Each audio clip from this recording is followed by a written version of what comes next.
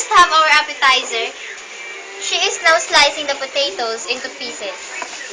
Then, these are the sliced potatoes. They put these on water in order to refresh the potatoes. Then, now let's go to the other side.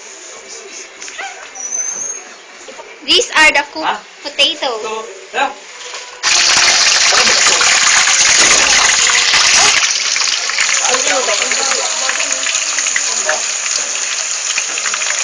And now they are frying. Tama na gago.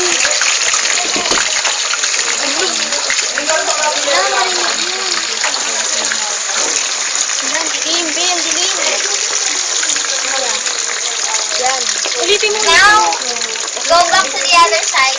Let's go. I'm tasting the potato. The potato is frying.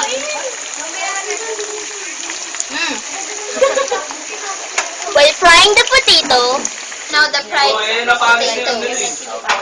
This is the finished product. 5, 6, 7. After the frying of the potato put to the food color to make it a flavor or to have a cheese powder. So we see how they put the potato and the tissue, turn it to the tissue aside.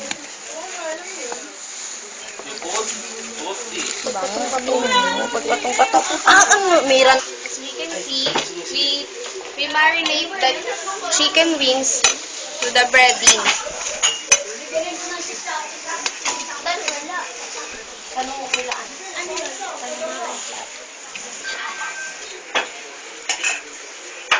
Sopas ni Rose.